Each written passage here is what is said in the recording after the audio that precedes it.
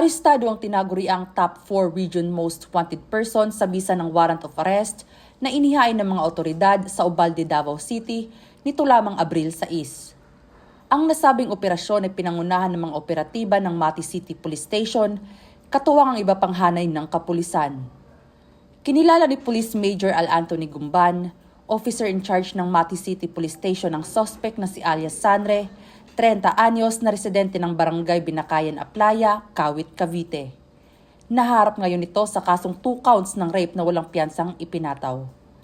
Ang pagkakadakip ng wanted person na ito ay hindi lamang isang simpleng operasyon ng kapulisan, kundi isang malinaw na patunay ng kanilang walang humpay na dedikasyon sa pagpapatupad ng batas at pagpapanatili ng kaayusan sa komunidad. Mula rito sa Police Regional Office 11, ako ang inyong PNN correspondent, Patrolwoman Shaira Rose Aquino, alagad ng batas, tagataguyod ng Balitang Pulis.